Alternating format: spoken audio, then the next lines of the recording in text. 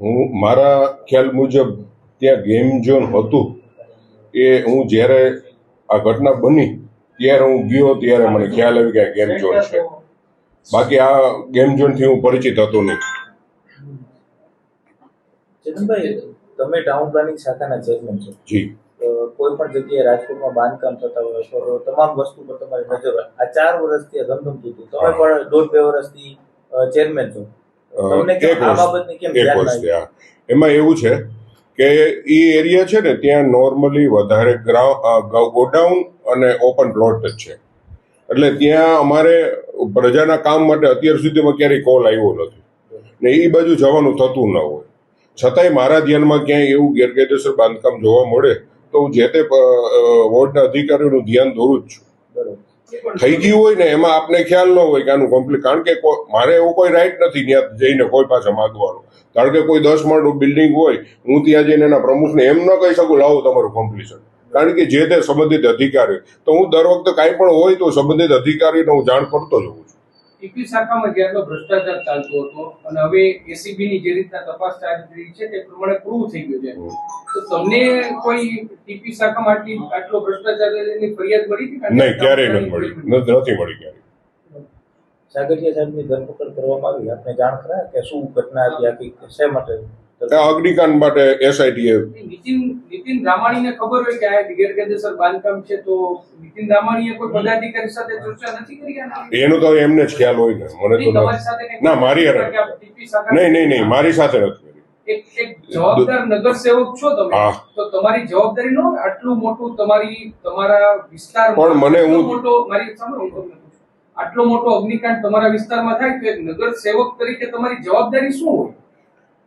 મારી જવાબદારી એ જ હોય કે કોઈ પણ ગેરકાયદેસર કઈ બાંધકામ હોય, મને જાણમાં આવ્યું હોય તો મારે સંબંધિત અધિકારીઓને જાણ કરવું જોઈએ.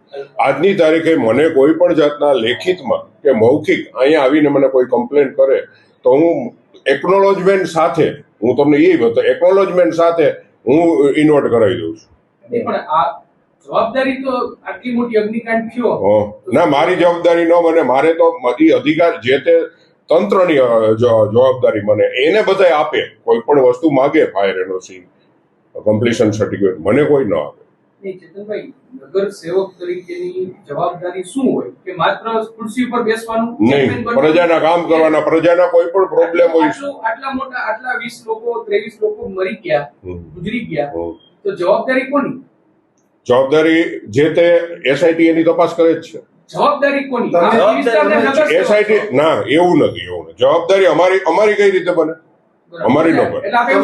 ના, હું તમને એમ કહેવા માંગુ છું કે અમને ખ્યાલ હોય, મારી વાત સાંભળો, અને અમે 4 વર્ષથી ધમધમતું હોય ને તમને ખ્યાલ નો, એ બેદરકારી નો કહેવાય? ના, એવું નથી. અમુક વસ્તુ અમને એમ હોય ને કે કાયદેસર હશે, અમને એમ હોય કે કાયદેસર હશે. તમારા વિભાગના અધિકારીઓ સામે તપાસ ચાલે છે, જેલની અંદર મોકલવામાં આવ્યા છે.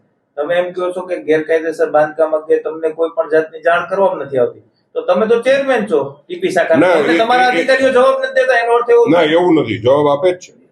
મને ઈ લોકો મને જાણ ન કરે, મારે એને જાણ કરવાની. હવે તમે આ વિસ્તારના, તમે આ વોર્ડના નગરસેવક છો, શું માનો છો આમાં શું કાર્યવાહી થવી જોઈએ? તમે શું માનો? જે ગુનેગારો હોય એને સજા થવી જ જોઈએ. બરાબર. ચેતનભાઈ, આપની પછી પદાધિકારીઓ હોય કે કર્મચારીઓ હોય, કોઈ પણ વ્યક્તિ. તમે સ્પષ્ટપણે એવું માનો છો ને કે કોર્પોરેટરની આમાં કોઈ જવાબદારી નથી? ના, એમ નથી કહેતો હું. કોર્પોરેટરની જવાબદારી હોય છે જો એને ખ્યાલ હોય. એટલે તમને આ બાબતની ખ્યાલ નહોતી? ના, ખ્યાલ